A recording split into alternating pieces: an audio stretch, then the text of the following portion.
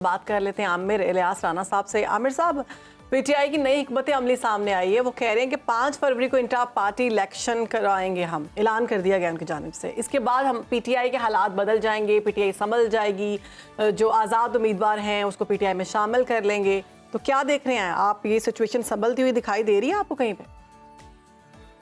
PTI मेरे ख्याल में जो उनकी चूंकि लॉयर्स की टीम है वही छाई हुई है, जिसपे परसों अलीमा खान साहिबा ने अदम एतमाद का इजहार भी किया कि ये लोग टिकट लेके सारे गायब हो गए और खान साहब अकेले रह गए।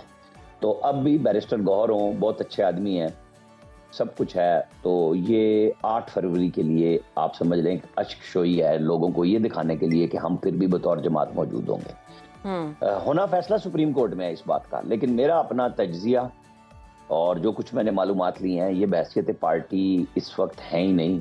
और इलेक्शन कमीशन के पास जब ये जाएंगे, और पहला मरहला तो ये होगा ना कि ये जो इलेक्शन करा रहे हैं, बज़ाहिर ये पूरी बारीक बिनी से जायजा लेके कि इलेक्शन कमीशन ने क्या क्या गाइडेंस दी थी, तो उसको एक तो तस्लीम करेंगे कि पहला जो अभी इलेक्शन कलअदम हुआ है इनका तरीक़ाकार, उसको ये दुरुस्त मान रहे हैं कि हाँ अब हमारे पास कोई चॉइस नहीं है। लेकिन वो फैसला कब करेगा इलेक्शन कमीशन?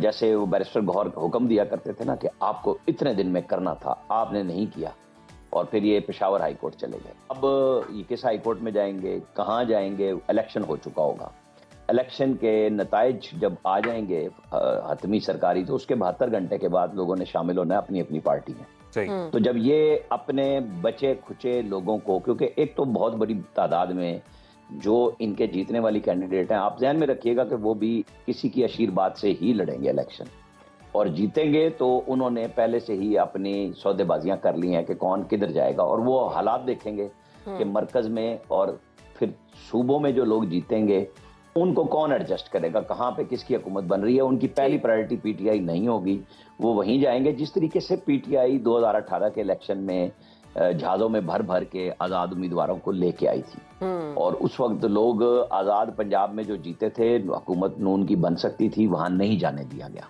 राणा साहब, ये भी डॉन की खबर है जिसमें ये मेंशन किया गया है कि पीटीआई की जानिब से कुछ सियासी जमातों से राब्ता किया गया है, जिसमें कुछ रिलीजियो पॉलिटिकल जो हैं वो पार्टीज़ भी हैं, और ये उम्मीद की जा रही है उन सियासी जमातों से कि जो आज़ाद उम्मीदवार हैं उनको, और फिर जो रिजर्व सीट्स हैं उनको बचाने के लिए ये जमातें मदद कर सकती हैं पीटीआई की। कोई प्रॉक्सी मेयर्स लिए जा रहे हैं, तो ये क्या तरीक़ाकार है, कुछ बता सकते हैं आप? देखिए, प्रॉक्सी मेयर्स तो सिंपल सी बात है कि जो पार्टी इलेक्शन कमीशन तस्लीम करेगा तो उनके जीते हुए बंदे, जिस मतलब आजाद लोग, अभी तो सारे आजाद हैं, पीटीआई के लोग अपनी पार्टी में आए, और पहले तो है कि इलेक्शन कमीशन इस बात को माने, और अगर वो नहीं मानता तो 72 घंटे में ये हाई कोर्ट भी जाएं, हाई कोर्ट से सुप्रीम कोर्ट में जाएं, फैसला कराएं अपने हक में, तो मखसूस नशिस्तें मिलेंगी। पहले तो शो करना पड़ेगा ना कि जी वो आजाद अरकान इनके पास है, और आपको पता है वो तनासुब के हिसाब से होता है कि कितने लोग होंगे तो उस हिसाब से मखसूस नशिस्त मिलनी है। जब ये काम हो जाएगा, जो कि मुझे नहीं लग रहा कि होगा, ये इनसे हो ही नहीं पाएगा। जो हालात इन्होंने 9 मई के बाद किए हैं, और जो खान साहब अब बातें कर रहे हैं, जो उनकी अहलिया ने भी कल कही है कि मुझे प्रेशराइज किया गया, खान साहब कह रहे हैं कि मुझसे राब्ता नहीं हो रहा, तो राब्ता इनसे अब भी नहीं होना। ये जो इत्माम उज्जत हो गया हुआ है, ये पूरा होगा, और जो मर्जी प्रेशर आ रहा है पाकिस्तान के अंदर इलेक्शन के ऊपर के, जी दुनिया के ऑब्जर्वर कह रहे हैं, दुनिया के ऑब्जर्वर हर इलेक्शन पे हमारे यहाँ ऐसी बातें करते हैं, 2018 के ऊपर भी इसी तरह ही था। तो मुझे बहुत मुश्किल लग रहा है, सच्ची बात यह है कि जब एक पार्टी को इलेक्शन में है ही नहीं, ऐन मुमकिन है इलेक्शन कमीशन ये कहे कि ये तो हमारे पास रजिस्टर ही नहीं है ना, तो फिर किस बुनियाद पे हम आपको? तो राणा साहब, ये सारी सूरत हाल में आपको मुश्किल ही लग रहा है पीटीआई का कम बैक करना? राणा साहब, एग्जैक्टली यही सवाल मेरा आपसे कि मरियम नवाज ये कहती है, देखें दो बिल्कुल, देखें मरियम नवाज को जब सजा हुई थी उस वक्त इमरान खान बरसरे इक़्तिदार नहीं थे, ये ध्यान में रखिएगा, और उनको सियाला रेस्ट हाउस ऑफर किया गया था, उन्होंने रिफ्यूज कर दिया। फिर उन्हें बी क्लास के लिए कहा आप एप्लीकेशन दे, उसने कहा अगर एप्लीकेशन देनी है तो नहीं चाहिए, और उन्होंने नहीं ली।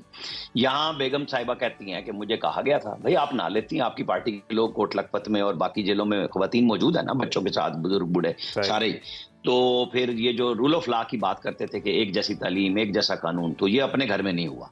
कल भी साफियों ने ये ताबड़तोड़ सवाल किए थे जेल के अंदर इनसे, तो जवाब ये था कि जी मुझे नहीं पता था। भाई आपको ये तो पता था ना कि आपको जेल में नहीं रख रहे, तो कल रुक जाती वहीं पे रात को कि नहीं मैंने जेल में रहना है।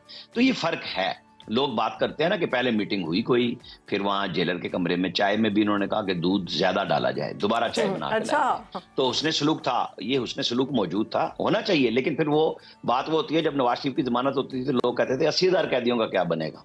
تو پھر ان کو تو اپنی خواتین قیدیوں کے حوالے سے بات کرنی چاہیے تھی, ان کے وکلا کیا کر رہے تھے, یہ کوشچن آ گیا.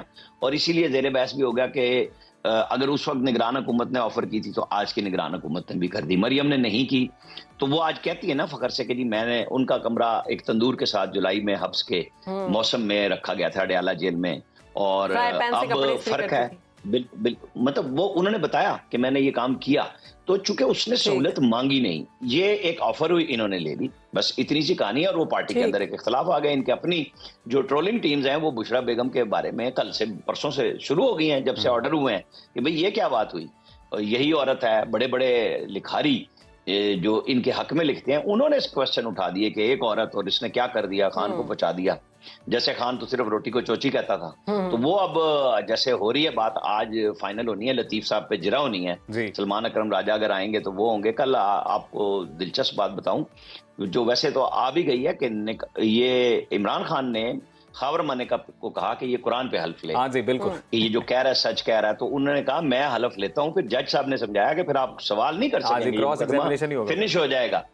نہیں کہ یہ فنش, کیونکہ پھر قرآن کے بعد تو پھر جب آپ قانون سے ہٹ کے آ رہے ہیں اور قرآن پہ آ رہے ہیں تو پھر بات ختم, پھر اس کی بات مانی جائے گی. پھر ان کو پریشانی ہوئی کہ یہ میں نے کیا کہہ دیا ہے.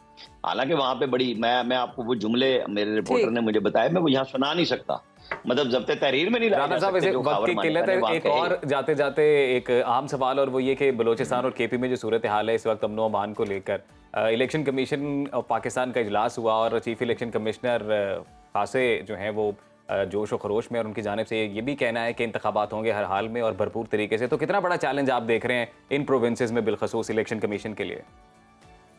2013 سے بڑا چیلنج نہیں ہے. اس وقت بھی الیکشن ہوئے تھے, پورے ملک میں دہشت گردی تھی, صرف چند مخصوص علاقوں میں نہیں تھی.